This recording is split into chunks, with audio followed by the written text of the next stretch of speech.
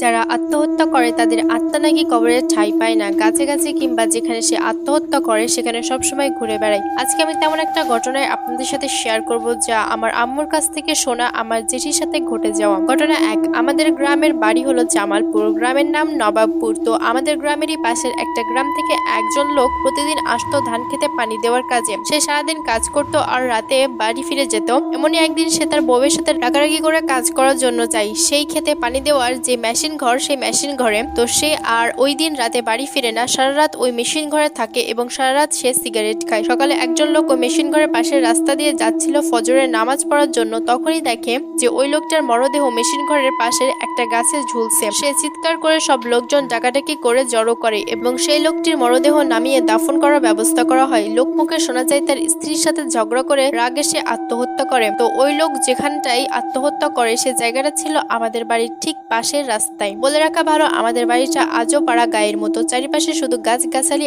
আর মাঝখানে আমাদের বাড়ি। তিনি মারা যাওয়ার পর থেকে আমাদের বাড়ি সহ আমাদের বাড়ির আশেপাশের বাড়ির মানুষও সন্ধ্যার পর আর বাড়ি থেকে বের হতো না ভয়ে। যদি কারো একদিন রান্না করতে দেরি হয়ে যেত তাহলে ওই দিন আর কেউ রান্না না করে শুধু চিড়া আর মুড়ি খেয়ে রাতটা কোনো রকম পার করতো, তাও ঘর থেকে বের হতো না সন্ধ্যার পর। এমনই একদিন জ্যোৎস্না ভরা রাতে আমার জেঠির খুব করে প্রকৃতির ডাক পায়। আমার জেঠি জানালা দিয়ে জ্যোৎস্নার আলো দেখে ভাবে হয়তো সকাল হয়ে গেছে প্রায়, তাই আর আমার দাদুকে ডাক দেয় না। বলে রাখা ভালো, আমাদের বাড়িটা এমন গাছগাছালি দ্বারা আবৃত থাকায় রাতের বেলা খুব একটা গাছ ছমছমে ভাব থাকতো, তাই কেউ যাতে ভয় না পায় তাই আমার দাদু, আমার আম্মু সহ আমার দুই চাচি এবং জেঠিকে বলে রাখে যে রাতের বেলা বাইরে বের হলে যেন আমার দাদুকে ডাক দেয়। ওই রাতে জ্যোৎস্না ভরা রাত দেখে সকাল হয়ে গেছে ভেবে আমার জেঠি আর আমার দাদুকে ডাক দেয় না, একাই যায় বাইরে। আমার জেঠিদের টয়লেটটা ছিল তাদের ঘর থেকে একটু দূরে একটা বাঁশ ঝাড়ের নিচে, তাই আমার জেঠি আর তাদের টয়লেটে যায় না, সে যায় তাদের ঘরের পিছনের দিক। আমার জেঠি যেই না বসেছে অমনি দেখে ওই লোকটি যেখানে আত্মহত্যা করেছিল সেখান থেকে আমাদের বাড়ির 81 গাছের বাগান দিয়ে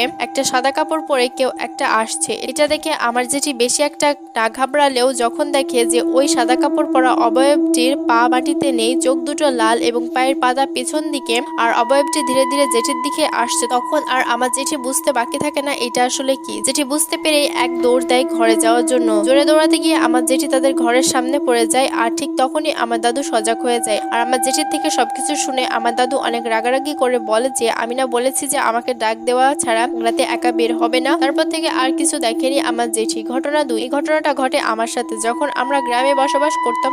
তখন আমি খুবই ছোট ছিলাম, এই ধরেন 4 বা 5 বছর হবে। আমার আব্বু চাকরির সুবাদে ঢাকা থাকতো আর গ্রামে আমি, আমার আম্মু আর আমার বড় আব্বু থাকতাম আমার দাদা ও দাদির সাথে। তো একদিন আমি আর আমার আম্মু এবং আমার আপুর রাতে ঘুমানোর জন্য প্রস্তুতি নিচ্ছিলাম। আমার আর আমার আপুর মধ্যে ঝগড়া হচ্ছিল যে কে আম্মুর সাথে শোবে এই নিয়ে। আমি আবার আমার আম্মুকে ছাড়া ছোটবেলা থেকে ঘুমাতে পারতাম না, আবার খাটের কিনারাও ঘুমাতে পারতাম না, মাঝখানে আমাকে শুতে দিতে হতো। তো আপু ওই দিন বলছে যে তুই তো সবসময় আম্মুর সাথে ঘুমাস, তো আজকে আমি আম্মুর সাথে ঘুমাবো। আমি এইটা নিয়ে আপুর সাথে ঝগড়া করছিলাম আর এক পর্যায়ে কান্নাও করে দেই। আম্মু বলছে আজকে আমি মাঝখানে ঘুমাবো আর তোরা দুইজন দুই পাশে ঘুমাবি, কিন্তু এই প্রস্তাবে আমি রাজি হচ্ছিলাম না। তারপরও আম্মু জোর করে আমাকে কিনারায় ঘুমানোর জন্য দেয়। তো আমি কান্না করতে করতে এক পর্যায়ে ঘুমিয়ে যাই। আমার ঘুম ভাঙে ঠিক মধ্যরাতে কারো পানি ছিটায়। আমি দেখছিলাম যে একটা সাদা কাপড় পরা একটা অবয়ব আমার মুখে পানি ছিটিয়ে দিয়ে চলে যাচ্ছে। আমি এটা দেখে সাথে সাথে আম্মুকে খুব শক্ত করে জড়িয়ে ধরি, কিন্তু আম্মুকে আর ডাক দেই না। এরপর এই ব্যাপারে আমি আর কাউকে কিছু বলিনি, কারণ